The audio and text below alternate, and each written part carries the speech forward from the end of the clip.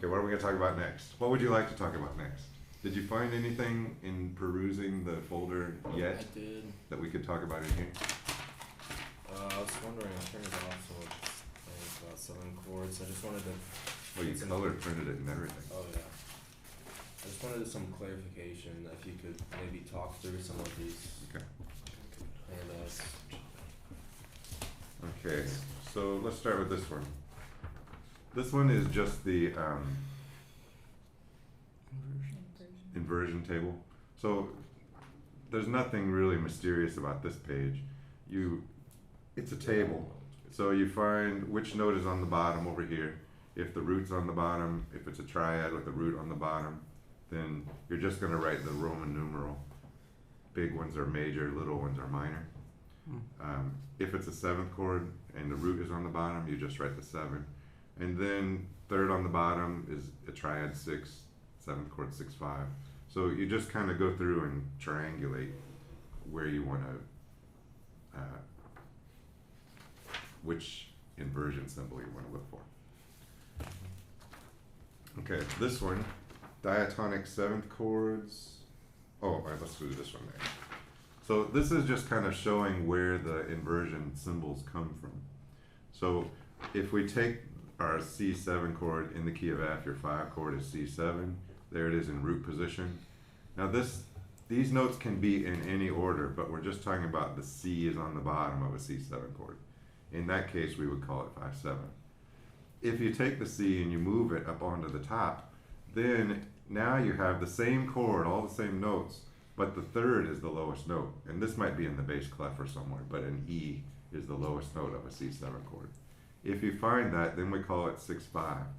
And the reason we call it 6-5 is as you look at the stack, when you stack them in this order with the E on the bottom, all within one octave, then you can kind of see it's 1, 3, 5, 6, and the 6-5 is the part that's different from this.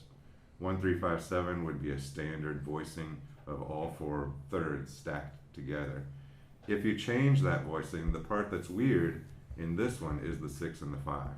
And therefore that's the symbol that we use to indicate a first inversion 7th chord, 6-5. If you look at this one, it's the same concept. I take the E and I put the E on top. Now the weird part is the 4 and the 3. The part that's different from this one, it actually 6, 4, 3 is different, but we're just kind of ignoring 6 and marking where the 7th is, or where the 7th and the root are stepwise. So that would be the B flat and the C, and we name them as 4, 3 this time, above the G. G to C is 4, G to B flat is 3. And then on here, really the 2 is the most important thing here. So just 2 or 4-2 to be really precise. Both of those are acceptable. Any questions about this document? Is that all pretty clear? Yeah. Easy? I think you all know Dr. that. Myers did a pretty good job of explaining that last semester. That's good. I'm happy to go through all this stuff again. These are just the diatonic 7th chords. So if I take the first note of the scale, in this case C, I just take the first note of the scale, I take every other note out of the scale, C, E, G, B. What I end up with is a 1 major 7. Then this is starting on Re, so this is Re, Fa, La, Do. Re, Fa, La, Do is a 2 minor 7. I go to this one, Mi, Sol, Ti, Re, and that is a minor 7th chord, so 3 minor 7, and so on and so on. Just showing you the quality of the natural diatonic 7s. I shouldn't say natural. These are the qualities of the diatonic 7th chords in major. And then in minor key, you have a very similar situation, although in minor keys there are a few extra, I think there are 1 or 2 extra chords, 6, 7, 8, 3, 4, 5, 6, 7. Yeah, there's 1 extra chord because you have 2 7 chords. And you may remember in theory 1, you had a major 7 chord, this one, 7 dominant 7. Now that we're in theory 3, now that we've been through theory 2, we are never going to name anything a dominant chord unless it's 5. Never. Dominant is always 5, and 5 is always dominant. You can't have a 5 major 7, you can't have a 5 minor 7, you can't have 5 diminished. 5 has to be dominant 7. If you leave out the 7th, it can be a major triad. but that's still most of a dominant seventh chord. 5 chord has to be dominant. And anything, this is the other part of that is, anything that you call dominant 7, for instance, if the 7 dominant 7, that's wrong. Anything that you want to call dominant 7 has to be called 5/7. Is everybody with me on that? Unless you're playing blues, everything's dominant in blues. It's a different set of rules. But in theory, in classical theory, everything that you call dominant has to be a 5, and everything 5 has to be a dominant. So instead of calling the 7 dominant 7 now, or even 7 major triad, now we call it 5 of 3. It's a secondary dominant, and it's pointing to the relative major. So I'm in A minor. The dominant of the relative major, A minor and C major, are relative, remember? They're the same key signature. In the key of A minor, the 5 of the relative major of C major is the same as what you used to call the major 7 chord. Now we don't call it major 7 anymore, we call it 5 of 3. And every time you use that chord, or every time you find that chord, what's the next chord going to be? If the real name of it is 5 of 3, the next chord is always 3. So if you're ever in the key of A minor and you find a G major chord, what's the next chord going to be? G? Nope. No. It could be G major, it could be G dominant 7. The next chord is always going to be it's 5 of 3, C. Oh, C. 5 of C. G major, if you're in the key of A minor and you find a G major chord, it is 5 of 3, and the next chord is going to be 3, C major. What if you're in okay, clear your mind, you're in the key of C minor. If you're in the key of C minor and you find a B flat major chord, what is the next chord? Let's see. E flat. E flat, yeah. B flat is 5 of E flat. So the next chord is going to be the relative major. C minor and E flat major are relative with each other. Does this make sense? You want to try a couple more examples? Can you go a bit more in depth on what you just said? Like the specific example that you just said, Okay. so I can visualize it? Sure. Okay, so in the key of C minor, if we want our major C minor, C minor, C minor, right? We're in C minor. If I want to do the 7 major chord, what we used to call major 7, then I'm going to go down a whole step from C. Okay. Yeah. In C major, the 7th is B natural. In C major, the 7th is B natural. That's all the white keys. In C minor, the 7th is te, is B flat. That's the note that you use. You use te to make your major 7 That's chord. simple. Yeah. Okay. You used to call it major 7. Now we're going to call it 5 of 3.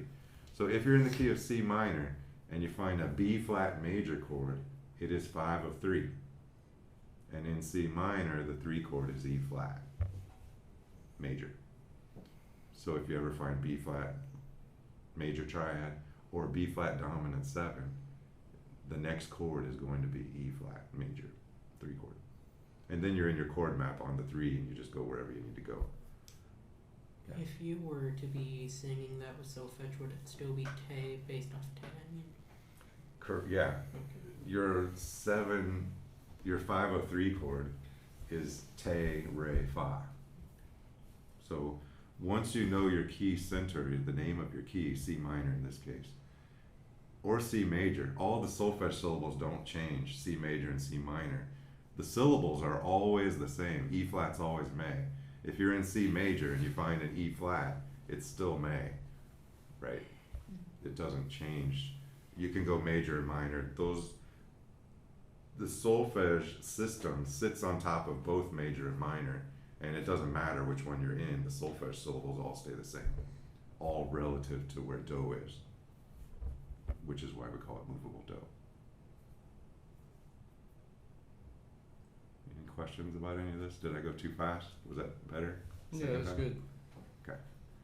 This will be recorded so you can check it out later if you want to listen to it again. Okay, so Other reactions to looking through the folder? How disorganized was it? It's fine. It was adequately organized. There was some duplication, I think, of different, like I know there are two different chord map formats in there. It's bound to happen. Yeah, well, I haven't figured out which one or how to work them both in yet. Other how many people did look at it? Raise your hand, please. Okay. If you didn't, you got an assignment now, so you have to. Also work on, like, if I'm asking you to do things, there are only 6 people in the class, so if I'm asking you to do things to talk about, find a system to make sure you're familiar with it before we talk about it in class. So I know I'm a little scatterbrained and disorganized, but you've got to take responsibility. If I say I want to do this on Monday, then I need you to get on it and make it happen so that we can have a good full discussion about it when the time's right. There's nowhere to hide in a class of 6 people, as you know. Yes, there is. They were literally all able to fit at a conference table. You just dip out real quick. No comments about No, the I folder? feel I for mean, the most part having these folders is going to be very beneficial. I think that the way you have it structured and the way you have it laid out relieves any real complication. okay, good. I definitely feel like I'm gonna take cause I have my Theory 1 and 2 books still, like that Dr. Myers gave us. Mhm. And I feel like what I have on my iPad and what I have in hard copy, I kinda wanna structure a way to conglomerate all of it so that I have like a working theory Bible, as you put it. So I think that having the folders there as like an outline, already getting a better vision of that, so. I love the fact that you use conglomerate as a verb. Nice. Thanks. That's not easily done. Are those called gerunds when you take a noun and make it into a verb? Mm-hmm. I think that's what a gerund is. Okay, so we're near the end of this part of the class. When we go to the other class, we're going to do a couple of other things. We're going to do some more rhythm. What else would help you to talk for the next 5 or 10 minutes? So, the thing you were just talking about, that was secondary dominance, right? That you were just explaining. That would be in the Theory 2 folder. Yeah. So that's where you would look for it if you wanted to look for some more. Okay. Yes. In Theory 1, we call that triad based on te in the minor key. Everybody with me there? Mm-hmm. The major 7. We call that major 7 in Theory 1 because you don't know what secondary dominants are yet. Mm. When you get to Theory 2 and you learn what secondary dominants are, that thinking of the te 7th chord as a major triad is kind of pointless because it doesn't do anything except go to the 3 chord. It always goes to the 3 chord. So there's no reason not to call it 503 because that's the function of it. Now you could call it 7, some people do, but if you do that you have to keep in mind that that 7 chord always goes to 3 anyway. So I think you should just call it 503, then avoid all that. It just simplifies things, which I like to simplify as much as I can. Let's do some dominant practice. Because we're talking about secondary dominance, when you find a dominant in a key that is not where it's supposed to be, and where is it supposed to be? Dominant is always 5, and 5 is always dominant. Yes, remember that. I'm going to say it 1,000 times. But when you find a dominant chord that's not 5, then it's 5 of something else. 3. Always. Well, if it's the te chord, then it's 5 of 3. But you could find a dominant in lots of different places. But there's a way to practice this so you can get better at recognizing these. And that is this. If I find a C7 chord, what is the next chord always? In the key of C. In any key. If I find a C7 chord, okay, if I'm in the key of F, then C7 is the 5-7. But if I'm in any other key and I find C7, what is the next chord going to be?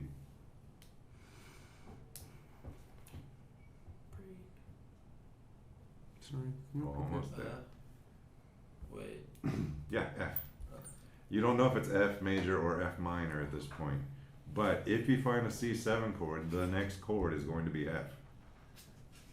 barring the possibility of a Only if it's a C7. Wait, why? C dominant 7. C dominant 7. If you find C dominant 7, it's going to go to F. Because dominant chords are always 5. And 5 always goes to 1. Except if you're doing a deceptive cadence. So that would be the one exception. But if you find a C7 chord in any key, the next chord is going to be F. So let's say I'm in the key of F and I find a C7 chord. That C7 chord is 5-7, and it's almost certainly going to resolve to F. Everybody's with me there, right? Okay, clear your mind. Let's say I'm in the key of C, and I find a C7 chord. So you might be tempted to write 1 dominant 7. You're in the key of C, it's a C7 chord. 1 dominant 7. You cannot write 1 dominant 7 because dominant 7 has to be, dominant has to be 5. So if you find a C dominant 7 chord in the key of C, you have to write 5-7 of something. And C7 always goes to what? It's the same question as last time. C7 always goes to F. So it's going to be 5-7 of 4. Because F is 4 in the key of C. Let's try another one. Let's say you're in the key of G minor. don't help me with this one because I'm thinking ahead and trying to avoid some problems too.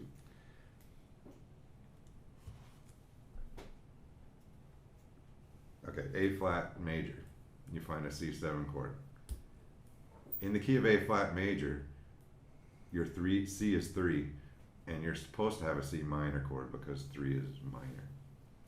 However, you find a C dominant 7 chord, C E natural, which is not in the key, and then G and B flat. What's going to come next? After C dominant 7, what's the next chord? F. You don't know if it's major or minor, but you know the next chord is F. So in this case, it would be 5 of F in the key of A flat. What is F? 6. 5 of 6. Okay, now I'm going to go off of C major. First of all, in any key, if you find a C dominant 7 chord, it's 5 of F. In any key. If you find a D dominant 7 chord, in any key, D is pointing at G. We're going around the circle of fifths. If D is 5, what's 1? The answer is G. That's the way you would ask this question. What if you find an F dominant 7 chord? What's the next one? B flat. Other way? No. Oh. F dominant points to, if F is 5, what's 1? B flat. B flat. Yeah. That's B flat. He said other way. I thought you said E flat. No. Okay, B flat is correct. You went the other direction around the circle of fifths, yeah. Okay, so D always goes to G. What you need to do is get comfortable with your perfect fourths or your perfect fifths. If you can take perfect fifths and just play all your perfect fifths on the piano. So here's C and G, right? That's perfect fifth. 5 and 1. If you can do these chromatically, 5 and 1, 5 and 1, 5 and 1. If you can go all the way around the circle of fifths knowing all your perfect fifths, then you know all your 5s and 1s.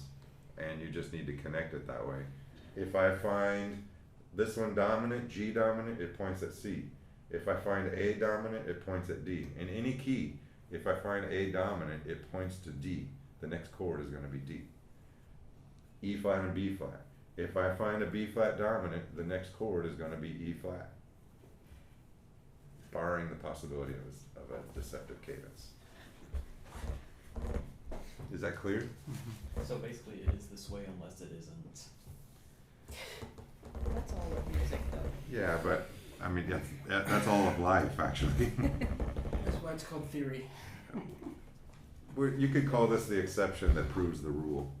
That would be another way to say that concept. That's why the class isn't called Music Rules 3. Well, Does music rules? music does rule. I assume we all agree with that or we wouldn't be Yeah. here. Do you understand how the secondary dominant thing works? once you realize that you know your circle of fifths, and anytime you find a dominant chord, you know what the next chord is going to be.